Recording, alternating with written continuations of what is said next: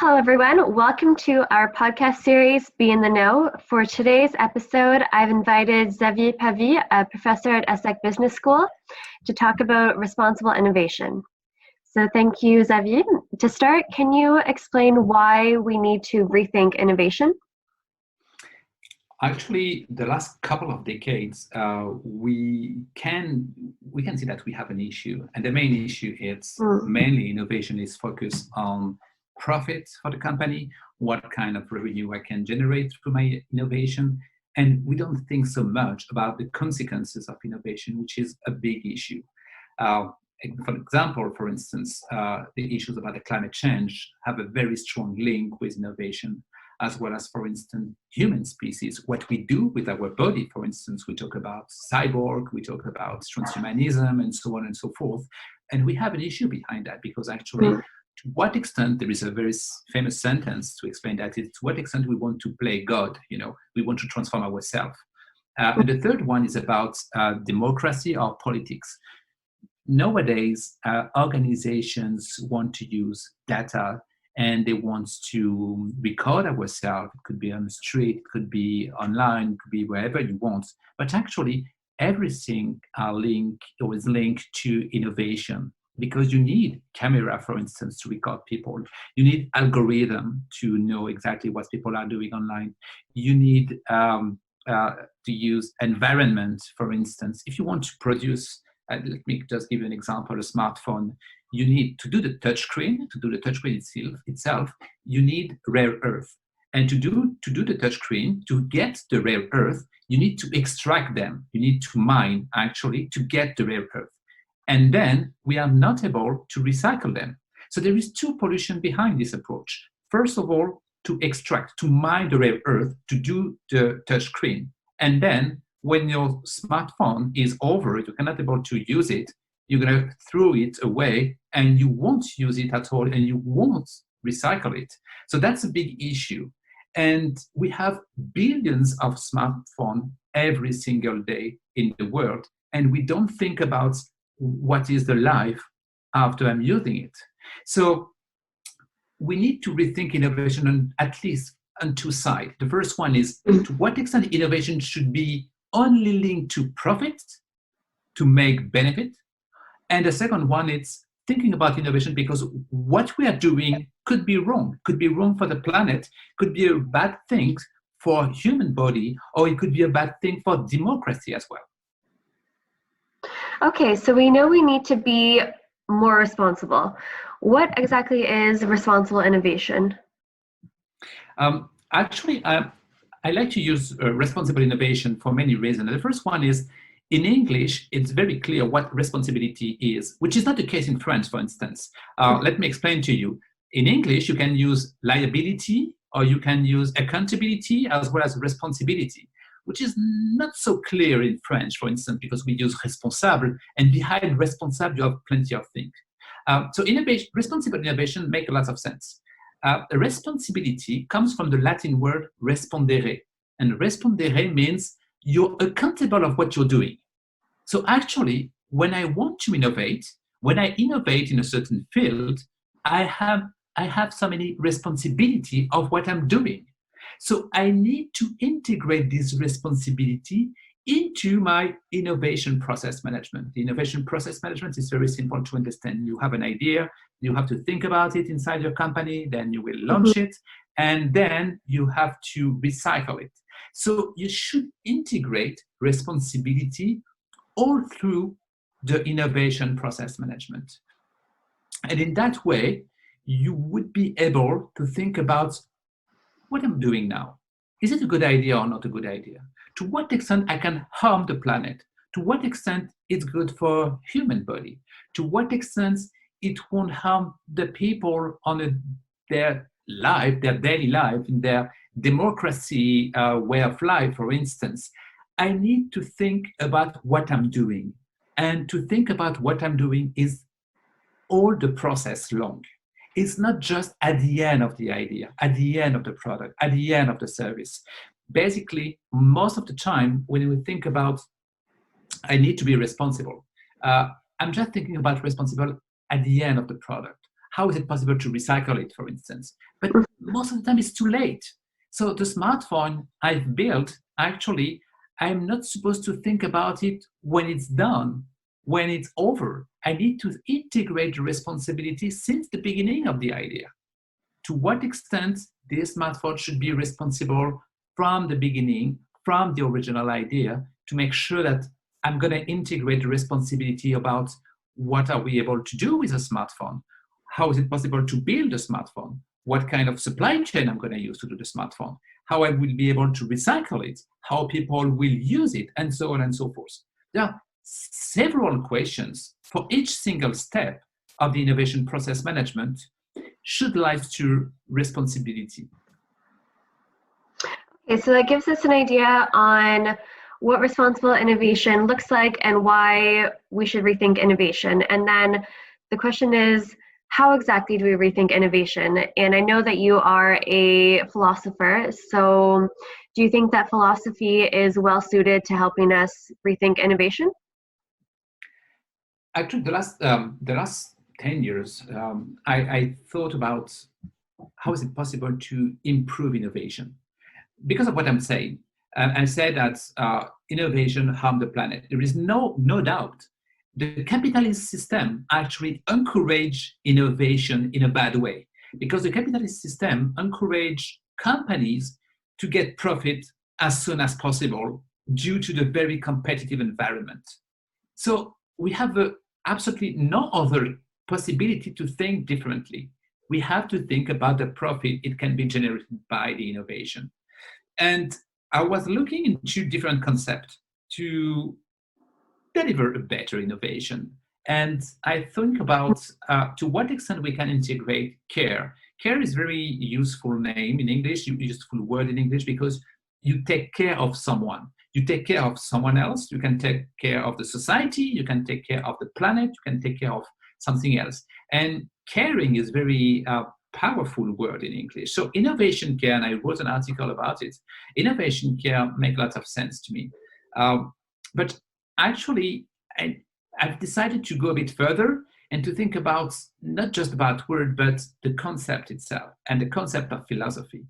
And philosophy is, to me, probably the only disciplines that we need to use to think a bit differently. Philosophy gives us the ability to view the problem through a different lens, which gives us some new perspective to analyze more precisely, to criticize it, and to judge with it, with we can say a temperance.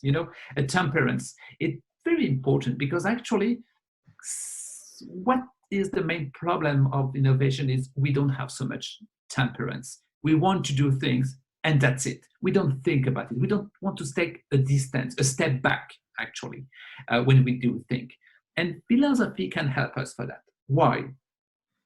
Most of the time, when we want to innovate, we're going to think about what kind of cash I can generate, what kind of profit I can generate. But if you think about philosophy, why philosophy has been developed during antiquity, it's for many reasons. The first one is people said, how could I fight fighting is a good word, but actually there is another one, which is could I struggle actually with the problem I have? And what are the problem I have? It could be, I want to get more money. I want to have the glory. I want to be famous, for instance. I want to get power. Nothing new. During the antiquity period of time, philosophers thought about it. Why people want to gain more money? Why people want to be famous? Why people want to get more power? Exactly what happened with innovator. So actually, philosophy helps us to think a bit differently. Why do you want to get this power? Why do you want to do this thing or this thing? And to do so, it has been developed what we can call it, at this period of time, the beginning of what we can call spiritual exercises. So spiritual exercises has been developed by basically three main schools of thought: Epicureanism, Stoicism, and Cynicism. And what is the definition of spiritual exercises? Spiritual exercises is an effort in changing and transformation of the self. The notion of transformation of the self, the notion of spiritual exercises, is defined in it a very wide sense, including all activities that the conventions contains, physical, intellectual. And basically, you will practice spiritual exercise in order to transform yourself. To transform yourself through what? Meditation, reading, dialogue with someone else, writing down your thought, examination of conscience, self-examination. So we have a certain numbers of spiritual exercises that we can use to transform yourself. And then, if you are able to transform yourself, you will act differently. You will behave differently. And that's exactly why philosophy makes sense for innovation. Okay, so what does that mean for innovators in this context? What is their role in revisiting innovation and using philosophy to revisit innovation? The main problem we have is this one. We define innovation basically beginning of the 20th century with Joseph Schumpeter, and he said that innovation is the exploitation of invention, their dissemination, and the economic importance. That was a definition by Joseph Schumpeter. The problem is, based on this definition, we spend 50 years, 70 years, maybe 80 years being focused on how is it possible to improve innovation process management to make more profit. And we found plenty of techniques, plenty of ideas. Blue ocean strategy, for instance, business model canvas, and so on and so forth. So we've developed a lot of techniques in order to make sure our innovation will be better, or innovation process management will be more efficient. The problem is we totally forgot the innovator. And that's amazing. The last 50 years, we train innovators as we train innovators today. We didn't make any changes. We continue to train innovators in the same way, which is how is it possible to use a process in order to make sure your innovation will be a success? That's it. We never think about how could we train the innovator differently in order to make sure it will not just help company to grow, but also to take care of the planet, to take care of each other, to take care of the ecosystem. So basically, innovators is very important, and we need to train them. We need to train him, train her differently in order, for instance, to integrate the common good. But so far, the definition of innovation doesn't integrate the common good at all. So we need to be more focused on the innovator, to make sure that the innovator himself will be trained differently. So the first step is in the classroom. In a classroom is the right way to teach properly innovation.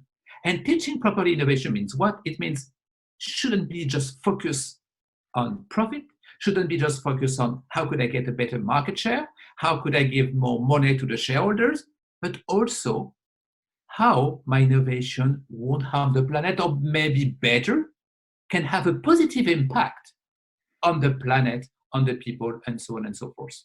And that's why in the book I've just published, I'm really focused on this notion of rethinking innovation and innovator. That's the title of the book, Rethinking Innovation and an Innovator. Why? Because definitely we need to rethink innovation with the innovation process management with responsibility, as we mentioned. But we also need to rethink innovator. And rethinking innovators is, first of all, when guys are present in a classroom, participants are present in a classroom, we teach them in a different way that we've taught them the last decades. And it's a huge step. And that's very important. The last couple of months with the crisis that we had, we thought about how is it possible to think another world, a better world. And actually, we didn't change any contents in our courses. We teach the same thing that we taught before the crisis.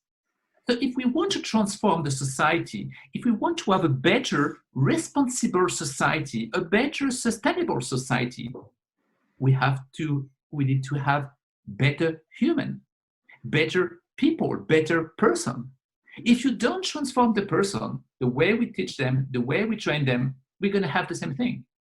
So the first step that we need to do is definitely to change people. If you change people, you will change a society. But if you don't change the people, the person, you won't have a big change in the society. You know, the question of imagining another world is not possible. A new world, another world can be just possible with new people. So new people, it's very easy to do that. It's just to educate them differently. So that's the very first step for the innovators. How could we train innovators differently? How could we make sure that every single education will integrate responsibility? Okay, great. Thank you. This gives us a lot of food for thought on how we can revisit innovation and the role of the innovator in this, and why it's so important to prioritize responsible innovation. So thank you, Xavier, for a very interesting discussion. And until next time. Thank you. Thank you very much.